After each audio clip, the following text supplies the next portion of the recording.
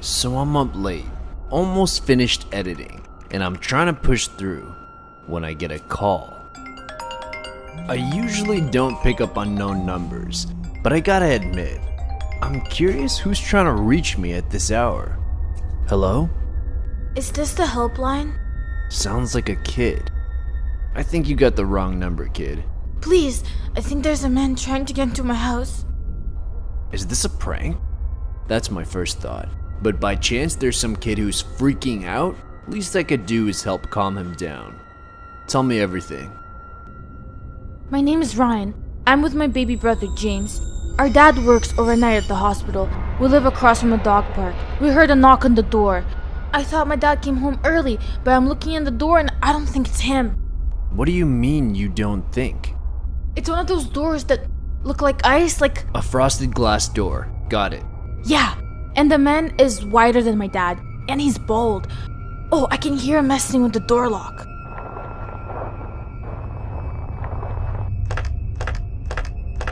This is bad. Real bad. I was in no way qualified to help this kid, but I was scared that if I hung up on him, he wouldn't reach the cops in time.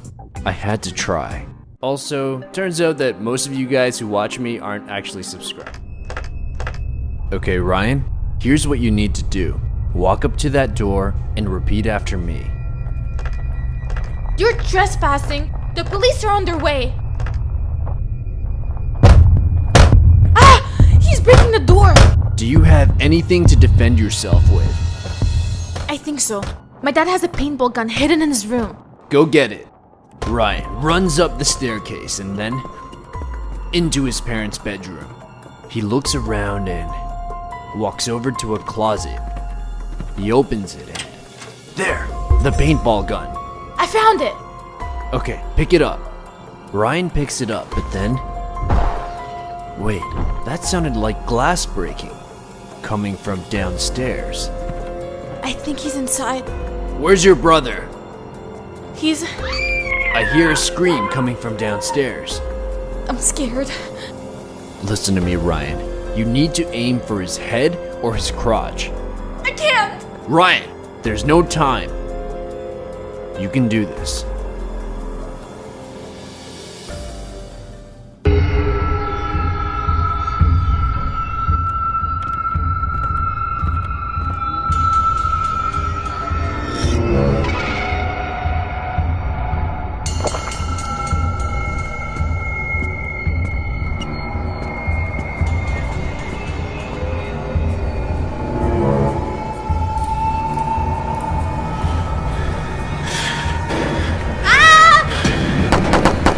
Ryan?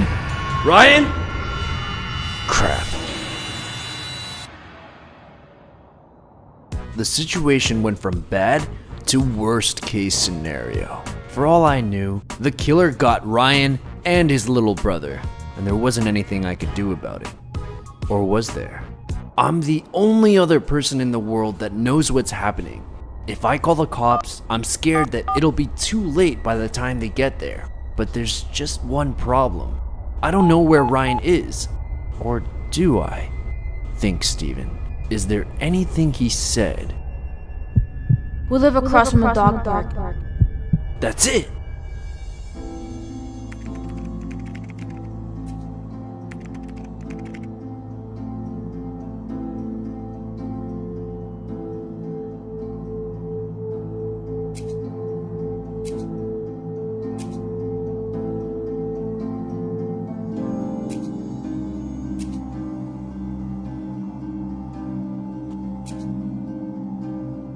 I think this is my best bet. I get into my car as fast as I can and head for the address. I have no idea what I'm gonna do when I get there, but I don't have any time to plan it out. It's by an older neighborhood on the East End.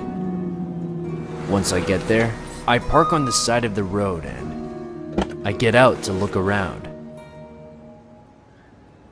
Just peace and quiet. Makes sense that most people are asleep at this time. Wait. There's somebody on the bench over there.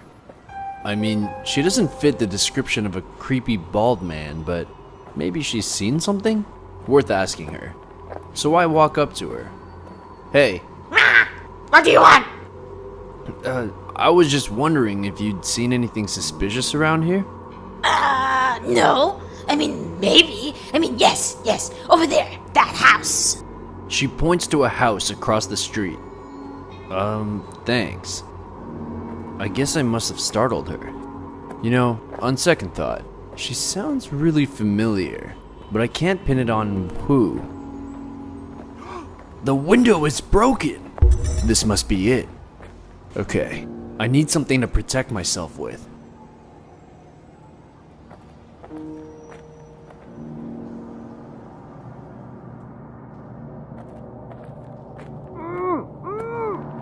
I hear someone. It's coming from the top of the staircase.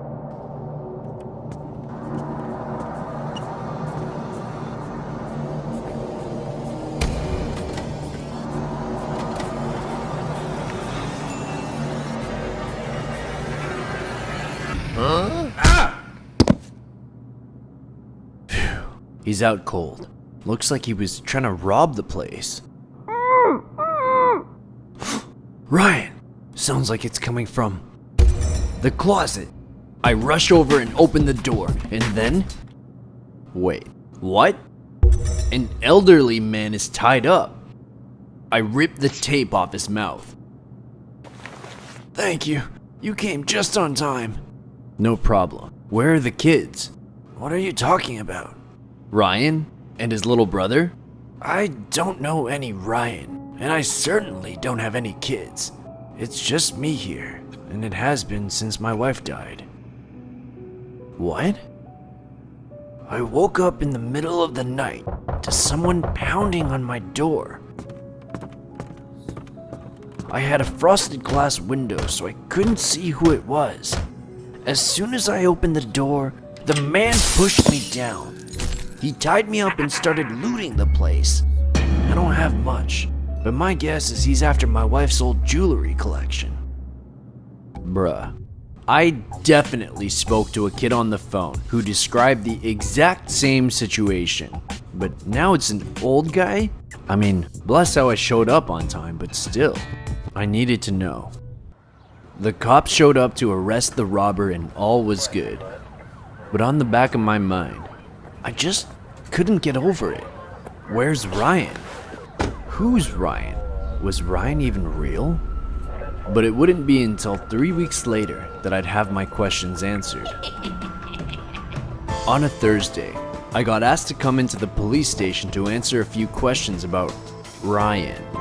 Turns out there'd been a bunch of reported fake calls in the city coming from a kid who was in need of some sort of help. But each time the cops showed up, there was somebody in need of help. Just no kid.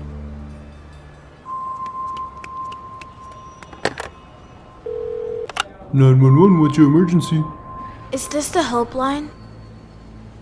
So the cops traced the calls and found out they would come from random payphones at the scene of the crime. Eventually, they found Ryan.